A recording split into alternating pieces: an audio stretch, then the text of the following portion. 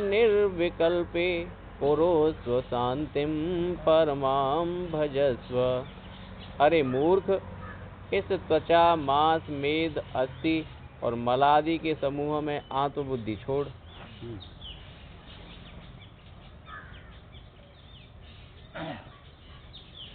और सर्वात्मा निर्विकल्प ब्रह्म में ही आत्मभाव करके परम शांति का भोग कर। शांति तो अपने स्वरूप में रहती है और कहीं नहीं रहती, किसी पदार्थ में नहीं रहती, किसी क्रिया में नहीं रहती, किसी कर्म में नहीं रहती, किसी उपासना में नहीं रहती। वो स्वरूप शांत है ना, तो उसको छोड़ करके हम नानात्व पदार्थों में शांति ढूंढते रहते हैं।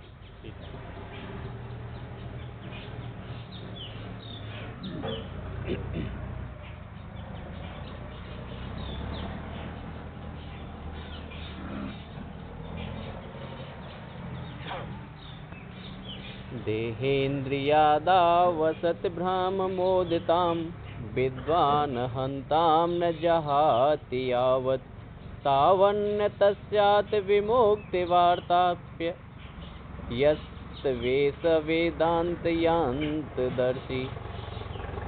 जब तक विद्वान असत देह और इंद्रिय आदि में भ्रम से उत्पन्न हुई अहमता को नहीं त्यागता,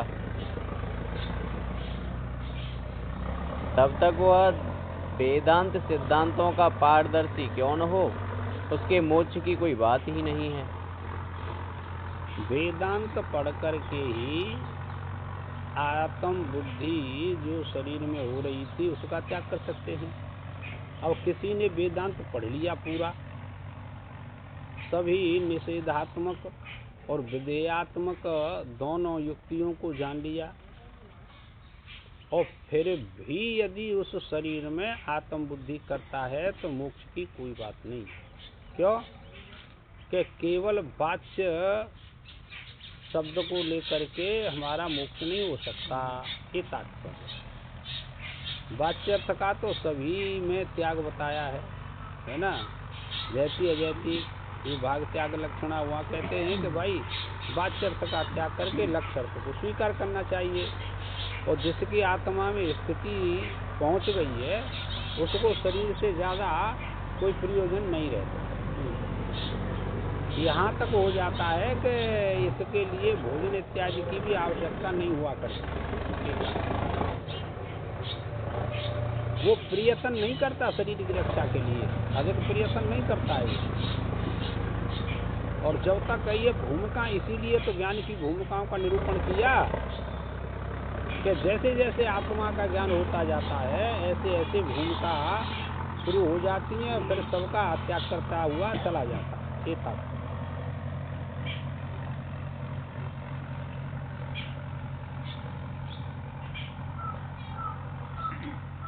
छाया शरीरे प्रतिबिंब गात्रे यत् स्वप्न देहे हृत कल्पितांगे यथात्म बुद्धिस्तवनास्ति काचित् जीवशरीरे च तथैव मास्तु। छाया, प्रतिबिंब, स्वप्न और मन में कल्पित किए हुए शरीर में जिस प्रकार तेरी कभी आत्मबुद्धि नहीं होती, उसी प्रकार जीवित शरीर में भी कभी न होनी चाहिए। ऐसी स्थिति करनी चाहिए। ये स्थिति प्रज्ञ के लिए उन्होंने एक साधन बताया, और स्थिति प्रज्ञ हो जाता है तो फिर उसके लिए भी वो बात कह दी। जैसे छाया में हमारी आसक्ति नहीं होती, प्रतिबिंब में हमारी आसक्ति नहीं होती। दो दृष्टांत।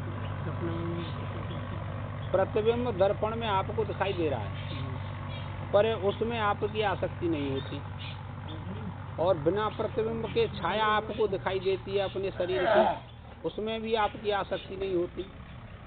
आप जा रहे हैं गंदगी को बचा करके, और आपकी छाया गंदगी पे पड़ी, तो उस छाया को पवित्र करने के लिए आप क्या उपाय करते हैं बताइए?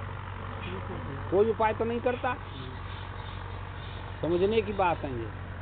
तो वो कहते हैं कि तो इसी प्रकार से शरीर का भी कोई संरक्षण नहीं करना चाहिए ज़्यादा। एकाग्र आत्मदृष्टि अभ्यास करना चाहिए।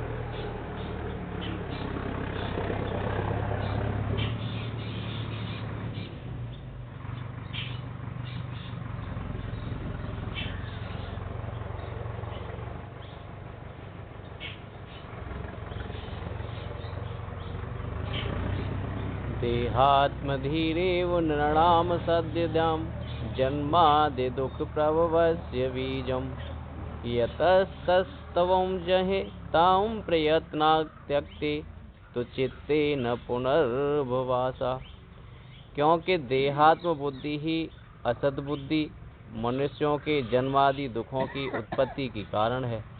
देखिए, ज़्यादा पढ़ने की आवश्यकता नहीं, सुनने की भी आवश्यकता नहीं।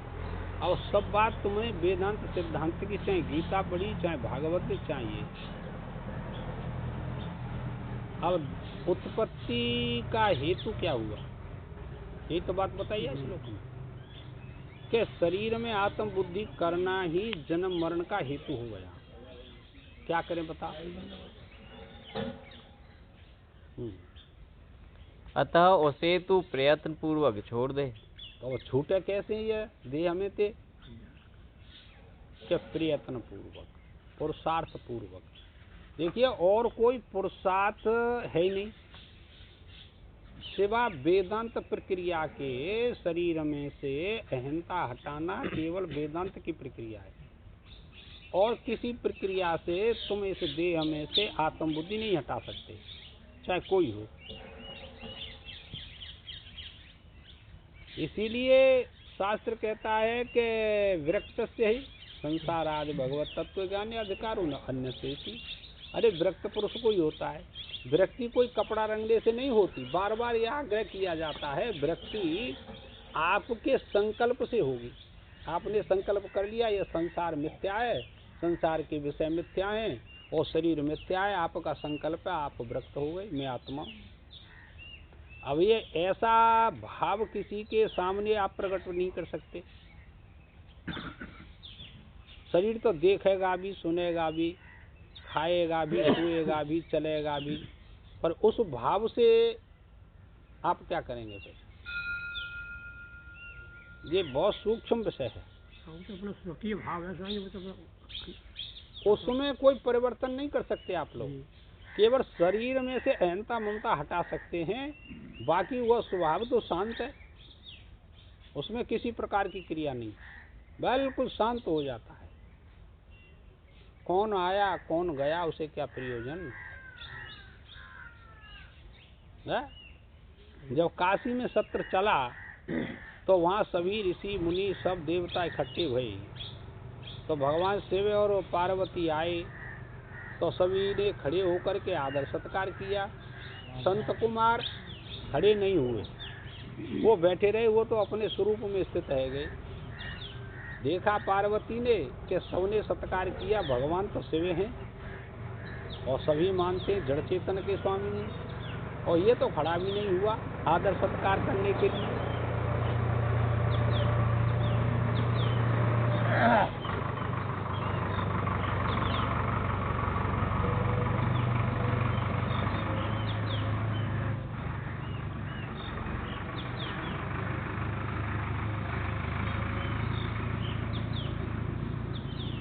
तो वह जब खड़ा नहीं हुए तो पार्वती ने उनको शाप दे दिया, लेकिन न तो शाप ही ग्रहण किया और न आशीर्वाद ग्रहण किया, उनको कोई प्रयोजन नहीं। तो वो तो जब स्वरूप स्थिति होती है, कौन आया कौन गया। गीता में भी यह बात आई कि कौन क्या कर रहा है। जिसकी बुद्धि जिसकी प्रज्ञा उस आत्म तत्व में जा पहुंची है, ऐसा पुरुष कौन क्या कर रहा है उसको कोई प्रयोजन नहीं रहता। चाहे कोई अच्छा कर्म करे और चाहे कोई निषिद्ध कर्म करे, उसे क्या प्रयोजन किसी से।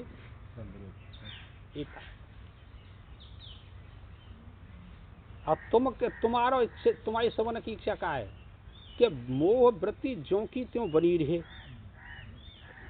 और आत्मस्वरूप में स्थित रह जाए। ऐसा हो ही नहीं सकता, किसी का नहीं हो सकता। कैसे कह दें?